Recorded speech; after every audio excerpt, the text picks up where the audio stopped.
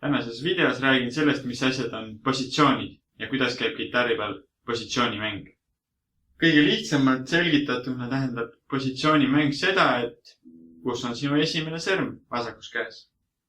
Tavaliselt, kui me mängime siin kitarrikaela alguses, siis me mängimegi esimeses positsioonis, sest reeglina esimene sõrm on esimeses vahes. Nüüd positsioonist veel lähemalt. Tavaliselt on igas positsioonis igal sõrmel oma vahe. Esimeses on siis esimene vahe, teisel teine vahe, kolmandal kolmandas vahe ja neljandal neljas vahe, neljas sõrm. Muidugi on palju erandeid, tihti näiteks see, kui neljas sõrm läheb kolmandasse vahesse. Aga positsioonimängus, kui on number 4 kirjas, siis ta on selle positsiooni neljas vahe. Näiteks kolmas positsioon. Esimene sõrm on kolmandas vahes, teine on neljandas vahes, kolmas sõrm on viiendas vahes ja neljas sõrm on kuuendas vahes. Ja nii igal keelel.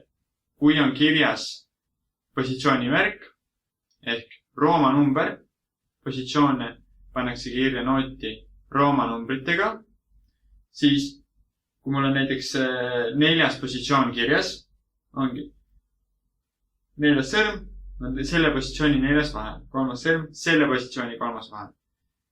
See teeb asja natukene lihtsamaks. Kui on vaja kuskil kõrgemas positsioonis midagi mängida, siis natukene saab nii-öelda sohki teha, et sa ei pea peast mäletama kohe, mis noot see oli, vaid mängid nagu numbri järgi natukene seal. Kasulik on muidugi, kui sa tead, kui see noot päriselt asub, aga jah, niimoodi saab natuke sohki teha. Esimene uus positsioon, mis tuleb, on teine positsioon. Ja näiteks D-tuuli lugudega tuleb. Ongi näiteks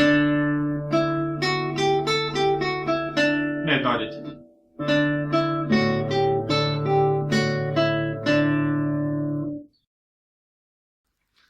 Head harjutamist, näeme järgmine kord.